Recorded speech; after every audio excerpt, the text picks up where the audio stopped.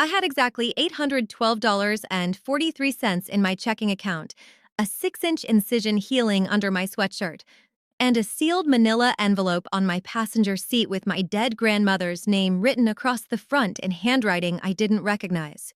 By noon that same day, I learned my older sister had listed the I inherited for sale. My stepfather had already signed a contract with the developer, and both of them were telling people I'd agreed to it during the week I was recovering from surgery and still taking pain medication on schedule instead of food. The envelope held a USB drive, one certified copy of a trust amendment, and the first proof that somebody had confused my silence for consent. I remember dropping my keys twice before I got the door open. I remember thinking I was too tired for betrayal on that scale. I remember being wrong. Let me take you back. My name is Naomi Mercer. I was 38, living in Charleston, South Carolina, and running patient compliance for a regional hospital network, which sounds more glamorous than it is. Mostly it meant I noticed when dates didn't line up, when signatures looked rushed, when people got very calm right before they lied. My best trait was patience. My worst trait was that I mistook patience for peacekeeping and peacekeeping for love. The property at the center of all of it was the Wren House, a 12-room coastal inn on Sullivan's Island that had been in my grandmother Evelyn's family for nearly 70 years. It wasn't some sprawling plantation fantasy. It was better than that. White clapboard, wraparound porch, old live oaks, a kitchen that always smelled faintly like lemon oil and biscuits, and 6 acres that had somehow survived developers because my grandmother trusted paper more than promises. She used to say, people perform loyalty. Documents prove it. When she died, everyone expected the inn to go to my sister Vivienne. Vivi was older, polished, social, and very good at walking into rooms as if applause had already started. She chaired charity lunches. She knew donors by first name. She could make a woman feel insulted with nothing more than a smile and a refill offer. I was the one who handled Grandma's medications, hired the night nurse after the stroke, balanced vendor invoices when the roof leaked, and spent 3 weekends cataloging antiques because the insurance writer needed updated values. In my family, useful and favored had never been the same thing. The first scar I can still name happened when I was 11. Vivi forgot her science project the morning it was due, and my mother took mine off the dining room table, peeled my name card off, and taped Vivi's on top. "You're the practical one," she told me while I stood there holding the tape dispenser. "Your sister needs wins more than you do." I got a B for turning in nothing. Vivi got first place with my volcano. The second happened the week before my high school graduation.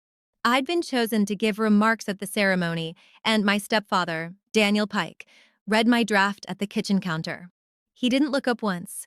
He said, "You write like someone asking permission to exist."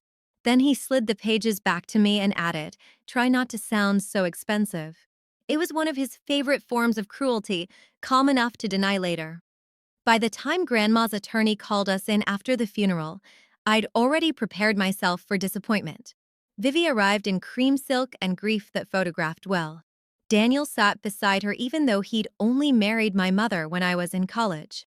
My mother, Lenora, cried delicately into a folded handkerchief and kept calling the inn a burden in the same tone people use for old pianos they hope someone else will move. Attorney Helen Baskin read the trust in a voice that did not care about anyone's feelings. The Wren House, along with its operating LLC, would pass to me. Not because Grandma loved Vivi less, Helen clarified, but because Grandma believed ownership should go to the heir who has demonstrated sustained labor, financial literacy, and stewardship of the property. Vivi smiled in a way that made my skin go cold. "How very on brand for Naomi," she said. Grandma always did reward clerical enthusiasm. What nobody knew then was that Grandma had also left letters. Mine was short. It said, "You confuse quiet with weakness." Stop that.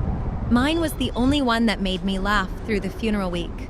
The trouble started 3 months later, when I had emergency surgery for a ruptured ovarian cyst. It was routine, the doctor said. Painful, the recovery packet said. Lonely, my apartment said. I was out of work for 2 weeks, sleeping in blocks, answering messages late, and making the mistake of assuming that rest meant the world would hold still until I caught up. It did not. Vivi offered to help with the state overflow, which turned out to mean intercepting vendors, charming the summer staff, and telling people I was overwhelmed. Daniel started showing up at the inn with contractors I hadn't approved. He said they were just evaluating code issues. When I objected, he reminded me I was on medical leave and added, "You can't keep a property like this by sentiment. You need adults in the room." I should have shut it down right there. Instead, I put the phone face down and told myself I'd deal with it when I could stand upright for more than 20 minutes. 3 days later, I got an email from a title company I'd never used thanking me for executed preliminary transfer documents. I stared at the screen until the words stopped looking like English. Attached was a scanned authorization bearing my name and a signature that resembled mine the way a wax fruit resembles an orange. There was also a draft asset purchase agreement from Palmetto Harbor Development for $3.2 million. I called Vivi. "Tell me this is fake." A beat. Ice clicking in a glass on her end. Then, "Naomi, don't do that breathless smarter thing. We're solving a problem." "What problem?" "The one where you inherited a commercial property you can't maintain." "I never signed anything." "You approved the concept," she said. "Daniel handled the paperwork because you were recovering." "I approved nothing." She exhaled like I was being difficult in public. "If you miss this, you lose everything." That was the line she used. Clean. Final. Rehearsed. She said the developer's due diligence period closed in 10 days. She said the trust was messier than Helen admitted. She said there were tax exposures, deferred maintenance liabilities, ADA compliance concerns, and an escrow dispute with a prior event vendor. Half of that sounded plausible enough to scare a tired person. That was the point.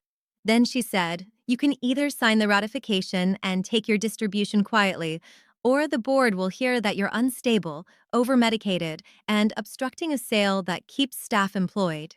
The board. That caught my attention. The Wren house operated under an advisory preservation board because Grandma had turned part of the grounds into a local arts residency years ago. Most of those members were donors, retired judges, one pastor, one historic preservation chair, and 2 women who had known me since braces. Vivi wasn't just trying to move paper. She was building a social truth in advance. I drove to the inn anyway. That idea.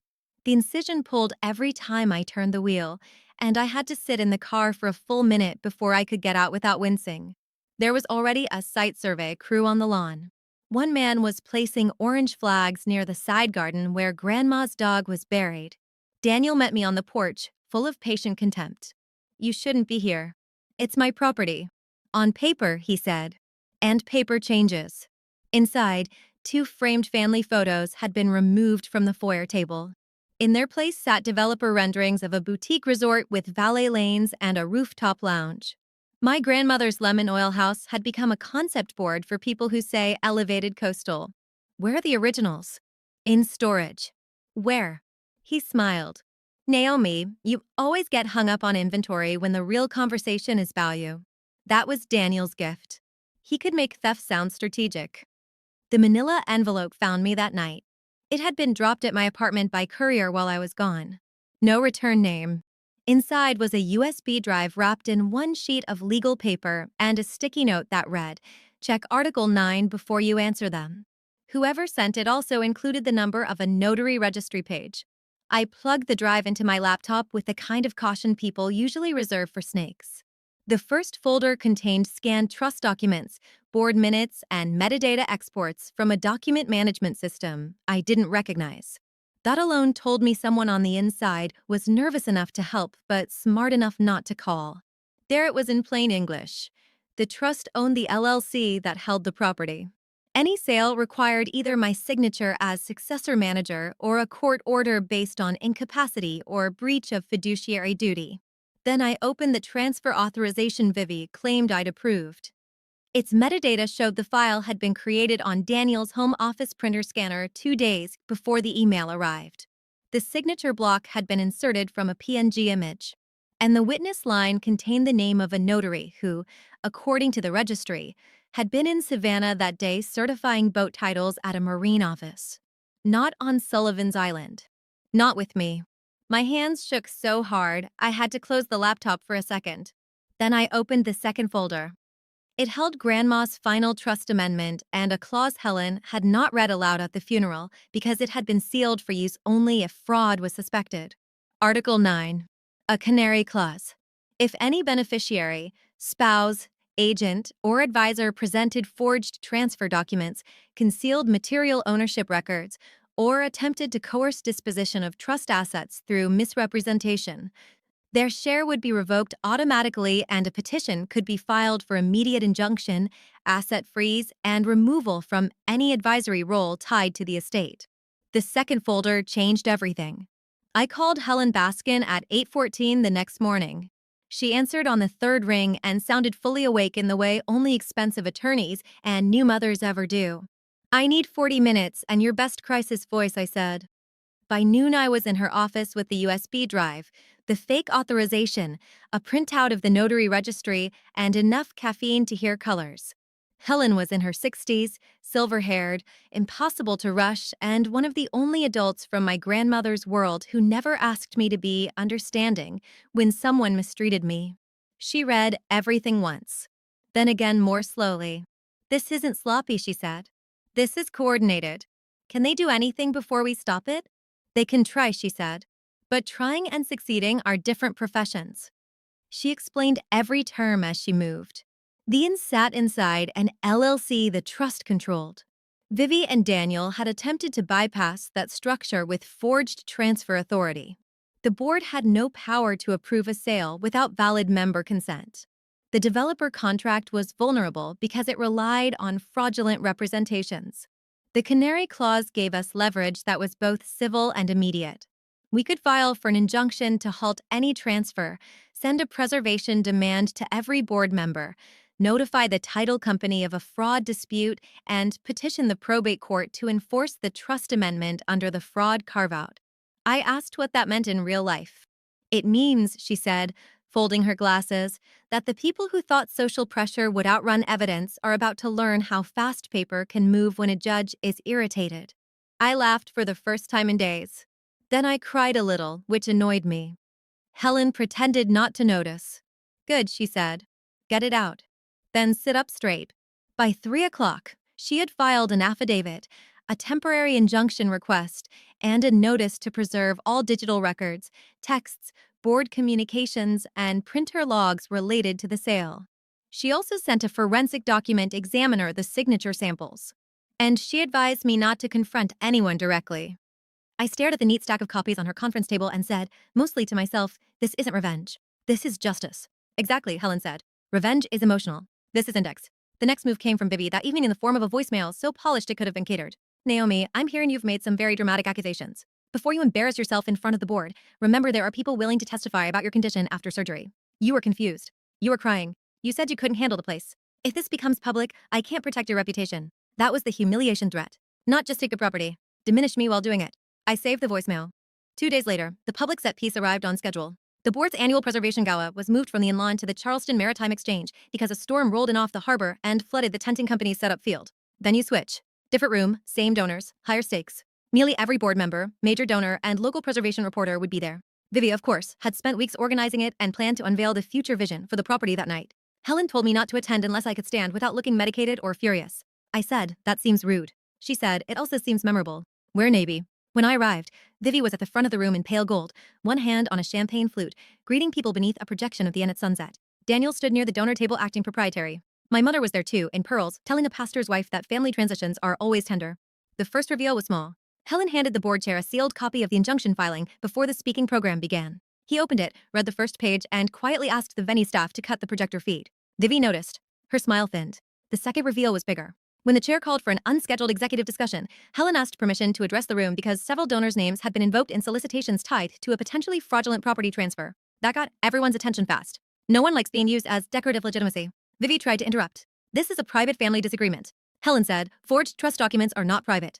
They're actionable." You could feel the room tighten. Then came the dramatic irony. For weeks, Vivi had been telling everyone I was too unstable to manage Vivienne. Yet there I stood with a binder, a straight back, and a timeline that would survive cross-examination.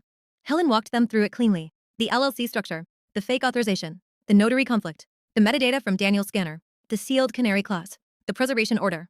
She introduced the forensic examiner's preliminary opinion that my signature had been electronically placed, not handwritten in live sequence. Then she played Vivi's voicemail into the room from a speakerphone set on white linen. Protect your reputation. A donor at table 4 actually winced. Daniel stepped forward with that familiar calm cruelty and said, metadata can be manipulated. Naomi has always been impressionable. She doesn't understand how close this property was to insolvency. I opened the binder. Then let's discuss solvency, I said. The third reveal was nuclear. Because the anonymous sender had not only given us trust records, they had included internal emails between Daniel and the developer. In one chain, Daniel proposed accelerating the sale before the daughter regains her footing. In another, he discussed using proceeds to resolve these bridge obligations and retire the marina note before distributing anything to me. Bridge obligations turned out to be Vivienne's personal debt from a failed luxury home project she'd hidden for 8 months. The developer had known ownership was disputed and moved anyway because they assumed the family would settle quietly once money appeared. The room went so still it felt airless. Then the ally identity twist surfaced. The anonymous sender stood up from the back row. It was Graham Bell, the board's mild, forgettable outside accountant, a man I barely registered beyond annual spreadsheets and practical ties. He removed his glasses and said, for the record, I sent the trust amendment to Ms. Mercer after I was asked to backdate internal summaries and omit Article 9 from board packets. He turned to the chair. And since everyone seems to enjoy omissions, you should know Evelyn Mercer paid for my accounting degree 30 years ago after my father died. She told me if anyone ever tried to turn stewardship into looting, I was to remember arithmetic. Vivi actually took one step backward. Graham continued, I refused the backdating request. I preserved the emails. And I'm prepared to testify. That was the moment the social truth broke. Not because I spoke louder. Because the right quiet person finally did. The gala never recovered. The pastor left early. 2 donors withdrew their pledges to Vivi's restoration committee on the spot. The board chair called an emergency vote suspending all non-essential authority over the impending court review. Venue's staff discreetly removed the renderings before dessert. Vivi came at me near the side corridor, her voice low and fraying. You really wanted an audience for this? No, I said. You did. She looked at the binder in my hands as if it had betrayed her personally. You've always needed proof before love. Do you know how exhausting that is? I almost laughed. Instead, I said, do you know how expensive blind trust is? Then I walked away because I'd learned the difference between a final line and a useful one. The hearing was 6 days later in Charleston County Probate Court. Injunctions move faster when forged signatures are involved and judges dislike being treated like afterthoughts. Daniel came with separate counsel. So did Vivi. My mother sat behind them and cried into real tissues this time. Helen was surgical. She introduced the trust, the LLC records, the affidavit, the forensic opinion, the registry evidence, and Graham's testimony. The developer's attorney tried to argue good faith reliance. The judge asked whether good faith commonly included emails about outrunning the owner's recovery period. He had no elegant answer. Vivi's lawyer attempted the family misunderstanding under stress angle. Then Helen introduced the voicemail and Daniel's email about using sale proceeds to resolve Vivi's debt and his marina note. Motive, pressure, financial benefit, and knowing misrepresentation all lined up so neatly it almost offended me. The courtroom went silent. Judge Alvarez looked over the file for a long 10 seconds, then said, this court is not a laundromat for fraudulent family arrangements dressed as a state administration. He granted the injunction. Enforced the canary clause. Removed Vivi from any beneficial share tied to the trust. Barred Daniel from acting in any advisory or managerial capacity over the property or LLC. Referred the signature fraud issue to the district attorney for review. Authorized an asset freeze against proceeds or accounts traceable to any attempted transfer activity. And because Daniel had already moved certain operating deposits through an affiliated account without authorization, the court approved immediate forensic audit access. Vivi closed her eyes like someone enduring unfair weather. Daniel looked at me with pure disbelief, as if the greater offense was not the fraud, but that I had made him answer for it. Outside the courthouse, my mother finally approached. Naomi, she said, do you really want to end your family over a misunderstanding? I had expected rage. What I felt instead was a deep, almost tender tiredness. No, I said. You ended it over entitlement. I just filed the paperwork. Then I got in Helen's car because mine was blocked by a satellite ban from a local station that had gotten wind of Preservation Board scandal, and I was too worn out to become a quote. The aftermath was less cinematic and more satisfying for that reason. The developer withdrew. The board issued a statement about governance reforms. Graham became interim financial officer for the LLC. The forensic audit found enough unauthorized transfers and false reimbursement requests to keep Daniel busy with his own lawyer for months. No one went to prison. This was not that kind of story. But there were settlements, resignations, repayment schedules, and the sort of public silence that only arrives after private arrogance has been documented thoroughly. Vivi tried once more, through counsel, to negotiate a face-saving resolution. She wanted a confidential family mediation and partial reinstatement in the interest of harmony. Helen replied with 3 words, Article 9 applies. That was the end of that. 1 year later, the WREN house was still standing, still white, still smelling faintly of lemon oil and old wood in the hall outside room 3. We converted the carriage house into a writer's residency that now funded local nursing scholarships in Grandma's name. Occupancy was up. The roof was repaired properly. The side garden was restored. I could finally walk the property without feeling like I needed to prove my right to be there.